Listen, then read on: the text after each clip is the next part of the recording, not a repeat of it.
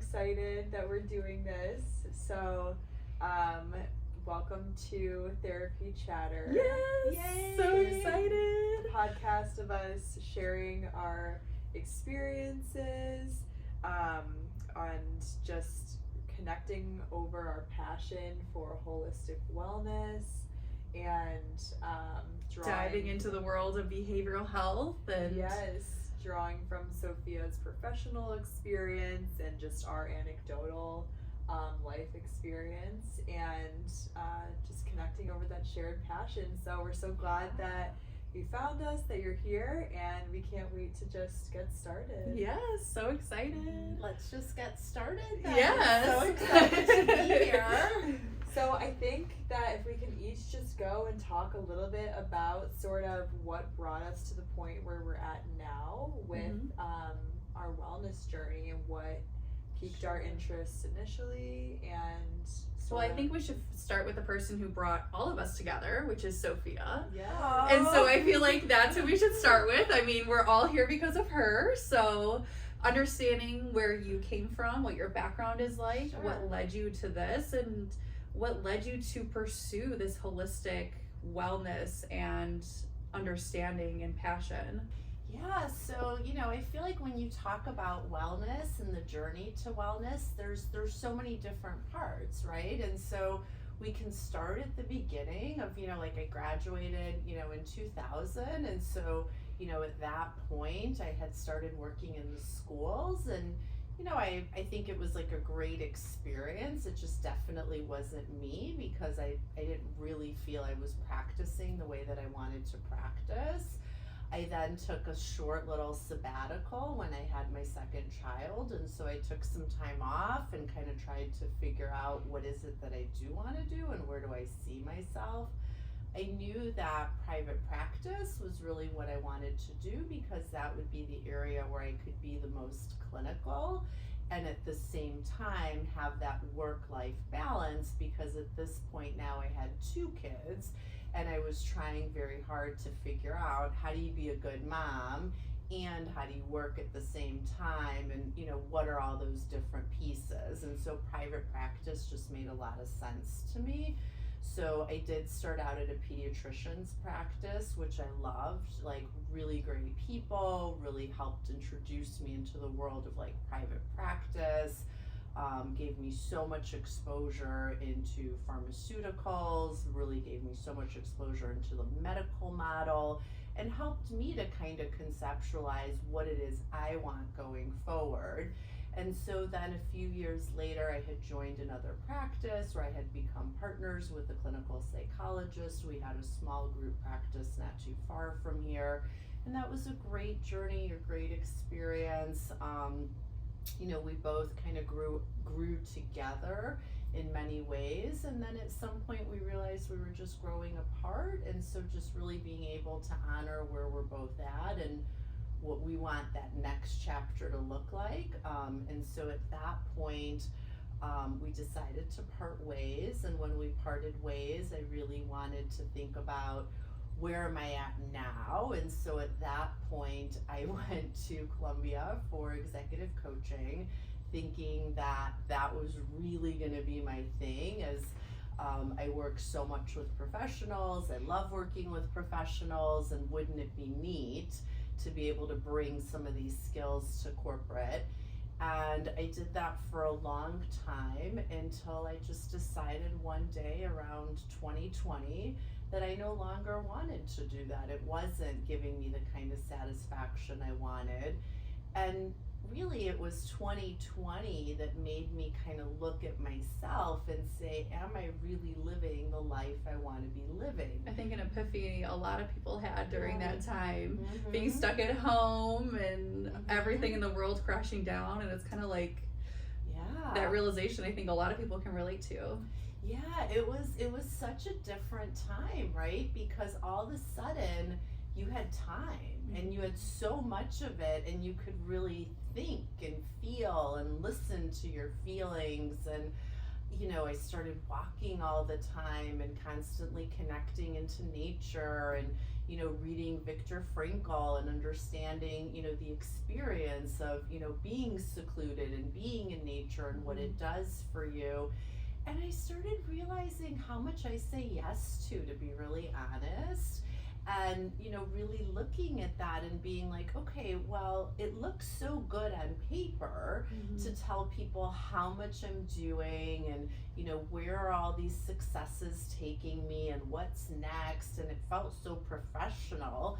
And then but then at the same time realizing I'm so not happy with how I am working all the time, with how I am constantly taking on different projects, internships, outreach, providing all kinds of things that, I love. And at the same time, doing this corporate work and, running a practice and having, several clinicians, that you're guiding and really having this, really full and big life. And at the same time, realizing as full and big as my life is, I'm also just really not happy and I'm not really connecting with what matters to me and really kind of pulling back the layers.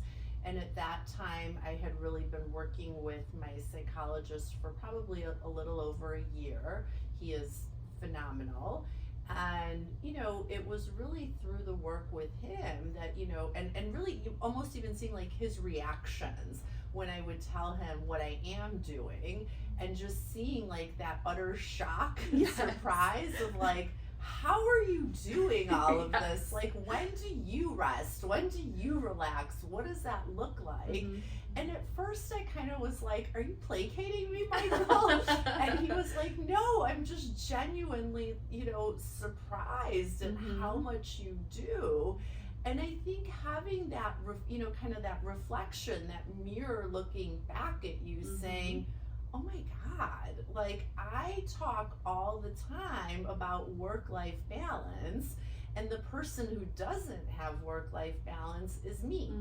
And so really at that point, doing so much more to connect, getting grounded, walking more, slowing things down, saying no to things, really feeling out experiences before just jumping in with, both feet, being like, of course I can do this. Of course I'll do this. No problem. Like, bring it on. What else do you want me to do? And, with that, like just that slowing down really helped me to kind of feel a little bit more and really connect with myself in a much more intuitive way and realize how much I had been so, like neocortical and always like thinking, right, instead of feeling, and really connecting with that part of myself that feels and is truly intuitive, that I really started to notice, what is it that like my spidey sense is telling me? What is it that my gut is telling me? How could my gut be wrong, right? Like that's my instinct. That's what should be guiding me. And instead, what's guiding me are these practical surface level things that yes, they do make sense, but they don't necessarily make sense for me. And so peeling back those those layers through walking and talking and journaling, and then really in 22 my yoga journey began. I had always done yoga, but I hadn't been so practiced in it, and so all of a sudden I went from doing it maybe a couple times a week to doing it every day, and noticing just, oh my gosh, like this is such a different experience to really connect with yourself in this way, and really start to notice the themes and the patterns that come up while you're doing yoga, and really kind of journaling on those topics and connecting with that, and over time allowing myself to really start listening to that. And so now I find myself really just so connected with the intuitive part of myself, and noticing, yes, I do have this logical lens. I will use this logical, practical lens when it matters, But first, I really need to feel things out because I'm so different when I really feel it and I really connect with, do I want to do this? Does this make sense to me? What am I experiencing in this moment? What patterns do I keep repeating? What do these patterns mean? And what's it going to look like for me to just say no or do things differently? Like, really, what are the consequences? So people might not love at first that you say no, but then they kind of get used to it. You start setting up a frame and boundaries that you're now saying, well, these are the rules, right, that I'm okay with. And you're either gonna join me there or you're not. And you know, most people do join you there. And the people who don't are the people that only went to you because you were a yes person. Yes. I'll just call her because she always says yes. And so the Yes. people that do walk away are the ones that didn't have true intentions to begin with. Exactly. And so, you know, really getting to that place where you can very comfortably remind yourself, I'm only 50% of the equation. And people need to bring that other 50%. Otherwise, you know, really, it's just me compensating and making it happen. And that's just what I don't want to do anymore. So it feels so good and it feels so intuitive to just finally really listen to that and notice what that looks like when you're on this side of it. And it's so interesting because I think with COVID, like to that point, everybody was just on autopilot.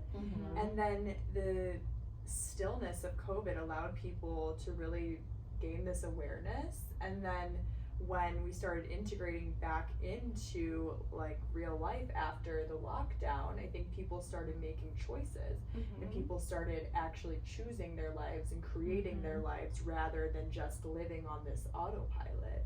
And it's been amazing to see, like even just in seeing the lives of, well, hearing your story and how your life changed and developed because of it, but hearing like my friends and family and seeing like just the new hobbies people have gotten into, the new just the way that they are seeing the world and scheduling their time is so different.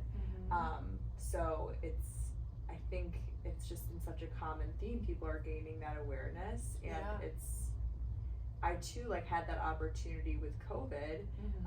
That's when my wellness journey began as well. So it was, although it was a hard, dark time, I think for a lot of people, so much emerged from it.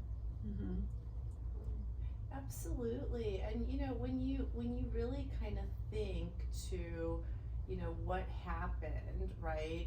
It's, you know, of course it makes sense when we try to use our logical mind to explain this very emotional, very scary experience that we all went through. And at the same time, you also start to make sense of like what really matters for you. So, you know, first you had this time where we were all in isolation, and then slowly people started kind of creeping back into socialization. And that felt good, right? For some people. For other people, it was still very much they wanted to stay in isolation. But then all of a sudden, it was almost like these floodgates opened, right?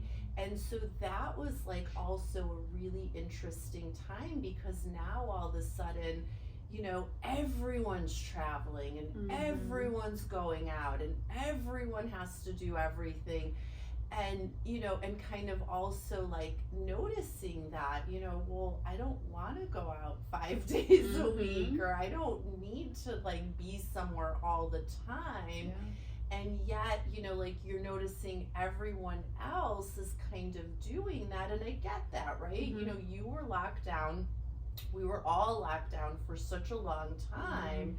But I think for some people, it almost created such a state of anxiety and, you know, coming from this place of like, I don't have, to now when all of a sudden things started switching over, it's like, I want everything, right? And I think that was a really important moment, particularly for me, was noticing, I'm like, what is going on? It was like this need to make up for lost time, or I didn't get to experience this, so now I'm gonna like overindulge in everything. Now, I have sorry. No, I was just gonna say, for me, I agree with Sophia that I had the opposite effect, where for me it was like, I now don't feel the need to do all of these things. I'm really content on this new routine that I have going, and I found so much more comfort and enjoyment in that, that I was like, I took a little bit longer to kind of go out too, because when COVID was going on, I was pregnant, and so I really distanced myself, but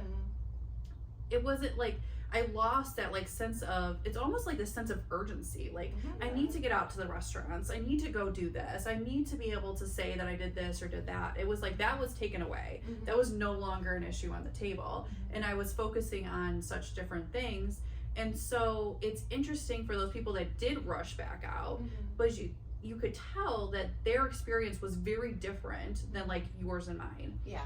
From COVID, where theirs was really rooted in just anxiety and this fear of loss, or this loss. And it was for everybody, for sure. But you're right. I think that for some people there was such a fear, you know, that I'm not going to be able to do things, that it was like this access that started coming with everything.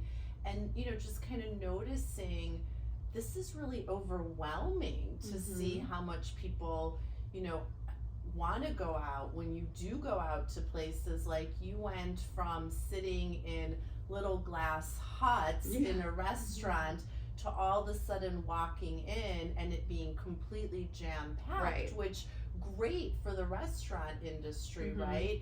But like what you're talking about, like that sense of urgency that some people had to go out, I almost had the opposite reaction, kind of like you're sharing, and I realized, well, wait, I have a choice. I don't have to go back to doing things the way that I did, because I figured something out during this time, that I get to choose how I spend my time. And when you start realizing that you have these options, it just feels really different. It's like liberating almost. It is. Like, I can choose what I'm gonna do. I can choose who I'm gonna spend my time with. And I kind of wanted to ask you, Sophia, did you notice a pattern with your patients in terms of what maybe their like therapy goals are? Because I can imagine that with COVID, prior to COVID, maybe the patient's goals were to like do the most in their career or get back to their busy lifestyle. And I'm thinking that maybe like a successful therapy session or successful treatment maybe looks a little different now because people's ideals are changing. Did you notice that? Or did they not change? And I think that's telling too. Yeah. Well, I think you got a mix of both, right? And so really, you know, with therapy, it's always about kind of meeting the person where they're at. And so remember, COVID was this macro trauma that we all experienced. And so for so many people, you know, whether they were fully depressed or kind of in that languishing space, you know, like that was different for everyone because everyone is so different. But the anxiety was kind of there for everyone. Of course, anxiety manifests itself differently. So depending on what those anxieties were, I think that drove the work quite a bit.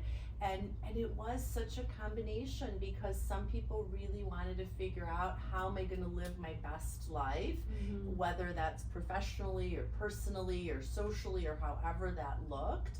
And some people were very much more around, okay, like I want to take a look at how I'm doing things, and I want to be more intentional, and I want to create these goals, and I really want to understand what this anxiety means, and like, had I always had this anxiety, or what's new or different about it. And so it felt like there was a whole mixed bag of things that were coming in. And it definitely looked different post-COVID than during COVID, because during COVID, again, you had different issues where there were lots of people who were just so frustrated with not being able to go out, so frustrated with all these limitations placed upon them. And then you had the people who were just so frightened to go out, whether they had some kind of health condition, or a family member had a health condition, or they themselves were super anxious. It really played out very different. differently for everyone.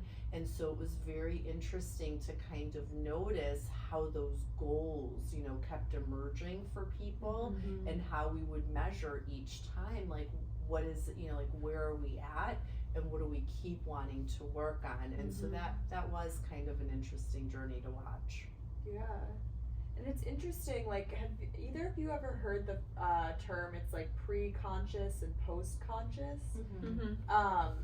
I feel like it was interesting because there was this like collective movement of like people gaining that awareness, and suddenly everybody sort of became post-conscious, and it's it was just so interesting to see and to be living in the world now where so much has changed, and everybody has this level of awareness now for the most part. Well, I think Very too, a interesting. big thing that came from the pandemic was the change in how we talked about mental health. I think that, you know, it was an awful thing that happened, but looking at how we grew from it as a society, how we spoke about mental health is now so much more normalized.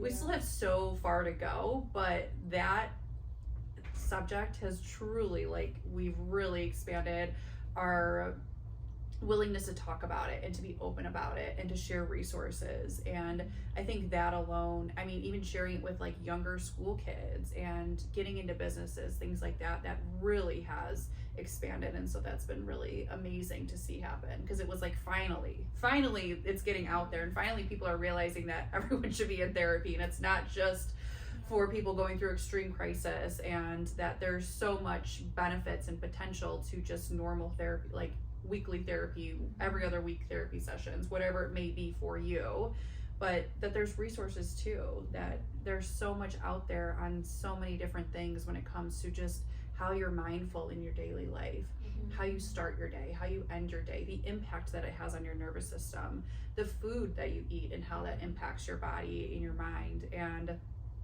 And so that's just been an amazing journey to see, and I feel like each month we get more and more progress, and so it's amazing to be part of that community and just watching it grow finally. It is.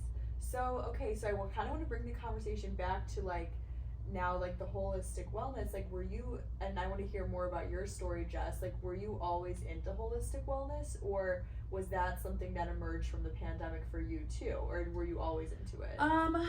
I wouldn't say I was always into it. I was always open to different types of like treatments and things like that. It really started though for me when I had Jameson, my oldest son. So that's like what skyrocketed my journey into therapy, into wellness, into bettering myself. It was that moment of, and it wasn't while I was pregnant, because while I was pregnant I was eating like Burger King and Wendy's like 3 times a week. Like I loved my Dr. Pepper and like cosmic brownies. But it was like once I had Jameson, it was him as a person, where it was like, I'm struggling so hard, like this is really hard. Like taking care of you is easy, but your emotions are so hard. Like you're crying all the time and you need me all the time, and I'm not sleeping and you're relying on me and I can't keep up. Like this doesn't, like, it wasn't making sense in my head. And so that's finally when I was like, I need to, like, I had been on medication for years at that point, and I was like, why all of a sudden? Like I know my body's changed, I know this is a hard time.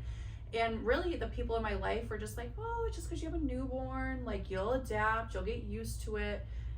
But internally I knew that wasn't right. Like I was like, my body is not my body. Like it just didn't feel right. And so I really started getting serious about therapy. I got a new therapist. I really started exploring different things. And then when he was like 6 months to a year, I was just like, I am just miserable. Like, it's not, like, I want to be happy. Like, I can feel the happiness, but I'm so tired and my body just doesn't feel good. And so that's when I first saw my first functional medicine doctor. And she started talking to me about all the different things with your gut and how much it controls, like, your mood and how you feel. And I was just, like, dumbfounded. I was like, you're speaking a new language to me. Like, I have never heard this before. I've never talked to anybody about this stuff before. And so I was fascinated, and she started doing all this testing, and I started seeing her, like, it was like every couple weeks. we would do check-ins, we would check my labs. I went, one of the first cleanses I did was for candida overgrowth, and it was difficult. I had to cut out caffeine and sugar and gluten and everything. I mean, I remember you were doing this, I think, when we first met. Yeah, and it was hard, but the difference that I felt in my body after those 2 weeks of that cleanse, I was like, I can never look back, because this is like transformational. Absolutely. Where it was like, in the beginning, I was like, this is crazy, like, but I was so desperate for a change that I was like willing to do anything. And so I was like, okay, I'll do it. This is what you say it is, I'll do it. And then after those 2 weeks, I was like, oh my God. And isn't it so interesting how, you kind of notice, here's what I did before, and it always worked, and now all of a sudden, whatever I did before is not working at all. Right. And so, like, that I find is such an interesting phenomenon in that, and that was similar with COVID too, because, we had all these coping tools that we used prior to COVID that we thought were working. And then when this happened, it's like all of a sudden, what happened to our coping, and in some ways, like, our coping was taken away. Like, you couldn't go to the gym, or you couldn't hang out with your friends. Right.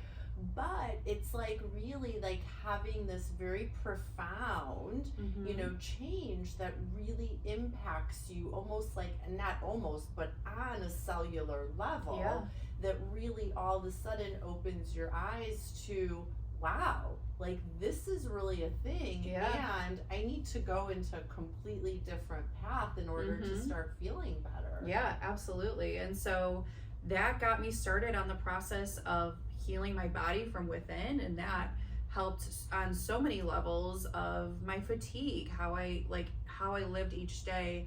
And so I've just continued to grow since then. And then from a therapy aspect, I really understood why I was getting so upset at, like, having a newborn and him crying and needing me, and like learning what my triggers were, and that inner child wounds that were just wide open. And then I feel like by having Jameson, they were just like, I was just like, felt very vulnerable, and that inner child was just like crying out for me. And so finally understanding that, and then being able to focus on that through my journey of therapy. And now I actually do IFS work once a week with a provider, and really working on, because I felt like, kind of speaking to that, like, what was working before no longer works. I think when you grow too, it's like you're ready for the next step. You have to go through certain things, build yourself up, and it's like, okay, now I'm ready to take that next step. And IFS has been that for me, and really working on those inner child wounds. And IFS, I've seen, like, I feel like I've skyrocketed in how my day-to-day, how I view things, how I handle things, how I handle conflict, where the person I was 4 years ago compared to now is like unrecognizable. And so I think that's just like speaks for itself on so many levels. Do you want to talk a little bit about like IFS and what that is, and maybe like if Sophia has any sort of like clinical perspective on it? It sounds like woo-woo. Like, it truly does. Like, when I explain it to people, I'm like, woo-woo. Yeah, we do. But like, I remember the first time I was telling my best friend about it, and she kind of just looked at me, and I was like, I promise this works. Like, I swear. So truly, like, the provider is doing very little for me. Like, I'm doing most of the visualization myself, and I'm speaking to her about what I'm seeing. And so for me, when we first met, it was kind of like creating this theme. Like, I had been in therapy for so many years. I felt like I hit this roadblock, and it was like, well, what's still like your main triggers? Like, what's really still upsetting you? One of the biggest things, for example, mom guilt. And so that I think a lot of parents can relate. I mean, probably every parent can relate to, is the guilt of so many different things within having children. But mine especially is so triggering that I would just like hold myself like so accountable, like so tightly. I was so tightly hung around that. And so that's where we started. And she would put you into this meditative state, close your eyes. For me, visualizations work really well. And so that's kind of where we went with it. And memory would come up, and that whatever that memory was, we would stick with it, and I would live through it, and I would tell her what was going on in that memory. And then she would have me envision myself then. So let's say like my 16-year-old self or my 12-year-old self, however old I was in that memory, and my now self being in a room with that younger self and just talking to her and saying what I needed to hear in that moment, because I wasn't getting it from anyone on the outside. So now being able to connect with that younger self and be like, hey, like, it all works out. Like, you were safe here. It doesn't feel like it, or you didn't do anything wrong. And just like the first like few sessions were basically just like bawling fests of like even just envisioning your younger self and like how broken they were and how like helpless. And like, so there's a lot of crying, but when you get done and things kind of come full circle and you end the session, you just feel like that wound was just like stitched back up. It's like, I now don't have that memory weighing on me anymore. Like, it no longer holds a power over me. And so week by week, you know, whether sometimes we don't get through a memory, sometimes it's just different things that I'm feeling, and understanding where that feeling is stemming from and any thoughts or things that come up with that.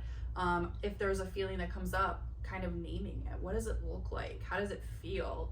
When we first started, I had a hard time talking about certain things, and she's like, how are you envisioning that part of you? And I was like, as a wall, as a brick wall. Now we're to the point where we see that as a person, we see that as myself. And so like just slowly breaking that down and noticing that each feeling like there's a reason behind everything that you feel. There's a reason why these thoughts come up, and just working through that and connecting the pieces. And then it truly, to me, just feels like you're just like stitching up a wound, and it feels like it's closed and I can like move on to the next thing. Yeah, and it sounds like so freeing too. It to is. know that like you don't have to be burdened by things that. Absolutely. That's the best way to put it, is that like it's no longer weighing on me. Yeah. Those moments in my life that held so much power over me and really shaped a lot of the emotions behind things now, it no longer has a power over me. And like I can move forward from it now. And so that's given me a lot of peace. Yeah. So that's really what pushed me into, you know, therapy and this holistic journey, and a journey that I continue to be on and learn more about every single day. And I think that being in an environment that I am with work, and both of you being on the same journey for different reasons, but we've kind of like really bonded over that and been able to share experiences and what's worked for us, what hasn't worked for us. It's like, hey, I tried this new tea or this new supplement or this new meditation, and like talking about it, but also our experiences with it.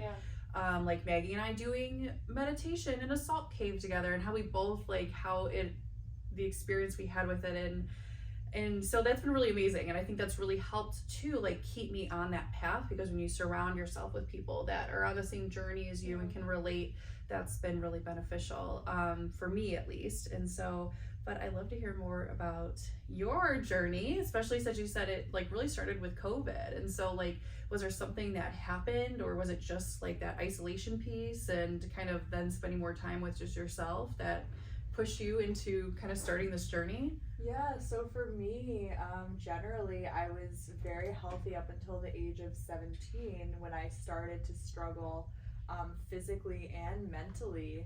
And for probably 3 years leading up to COVID, I was struggling with an autoimmune condition. And I was in college at the time, and it was impacting my ability to do my schoolwork, to function generally. And I was feeling very lost and didn't know what the answer was to heal myself. And I remember when they announced that we were going to be doing the lockdown for COVID, I actually remember celebrating a bit, because I was feeling like finally I have the time to go inward and just have a break and have a moment to like rest. And that's when everything began for me. How old were you at that time? At that time I was either 20 or 21. Okay. I believe 21. So it was my junior year of college. That's so interesting though, that like this huge scary thing, and you're like, I can can take a breath. Like you already were Yeah. ready for that. Like you were already in that, you already had that awareness of like, oh my God, I can't wait to just have a minute. I like remember the very moment, like being in my college apartment. And so thankfully my mom had been through an autoimmune like healing journey as well, and she was recognizing the symptoms I was having, and she set me up with her functional medicine and Chinese medicine doctor, so two separate practitioners, and they did a bunch of tests and figured out what was going on. And so I started seeing this functional medicine doctor. I started going to acupuncture weekly, and then I also just started doing all of the work on my own. I started listening to podcasts. I started reading books. And at this same time, like I had this realization that like nobody else was gonna come and like save me. Like I had to take my health into my own hands. And that's when I started like really investing in the holistic like wellness and healing lifestyle. I remember there was one book that changed my life. It was I read a sentence, and it was talking about like the holistic medicine perspective, and it said, if you had a nail stuck in your foot, would you just put a Band-Aid over it, or would you pull the nail out of the foot? Would you figure out what that nail is and then pull it out? And that was like a light bulb moment for me. And then at that point I became determined to figure out what was going on in my body that was that nail in the foot. And you know, thankfully I did. And through this process, like although for me it was, you know, truly necessary to go through this healing process, it's now something that is my hobby. I enjoy it. I love connecting with other people about it. I love just like continuing to learn about it, and it genuinely makes me so excited. So I'm like grateful to have gone through all of that in order to like be where I'm at now. It's so profound what you're saying, because really it happened to you at such a young age, and it's such a confusing time in your life when really, you know, 17 and then going off to college and being on your own, and you're supposed to be having like the time of your life, and here you are noticing, you know, like you're burning out, right? And you're not sure what's causing this burnout, and yet like there's nothing you can really do because you're supposed to be a college student doing what everybody else is doing. And so having that break, you know, that COVID allowed you to naturally have, it was almost like this permission, right, to like really go inward, where when you think about it, you know, the average college student just doesn't have, you know, that experience or that knowledge or that kind of support to do something like that, because in any other circumstances you would have had to taken a year off, or you know, something that, you know, you may or may not have been comfortable to do. So it's so interesting how you turned it around and really used that time to heal yourself.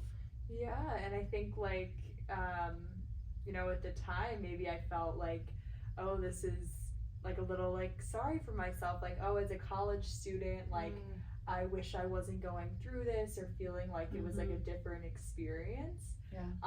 But like I was saying before, like it, you know, that was like my journey, and like I wouldn't want it any other way because of like the places that it's brought me now. But look, like you really figured out, I have to do this myself. There's no person on a, you know, white horse that's gonna swoop in and fix it. It's really about me having to figure me out. And I mean, so similar to what you were saying, right? It's like all of these things your whole life you've been doing a certain way, and then all of a sudden your body tells you this is wrong, and there's there's no one that's going to help you figure this journey out except you doing the hard work of really figuring out what clicks for you. Absolutely.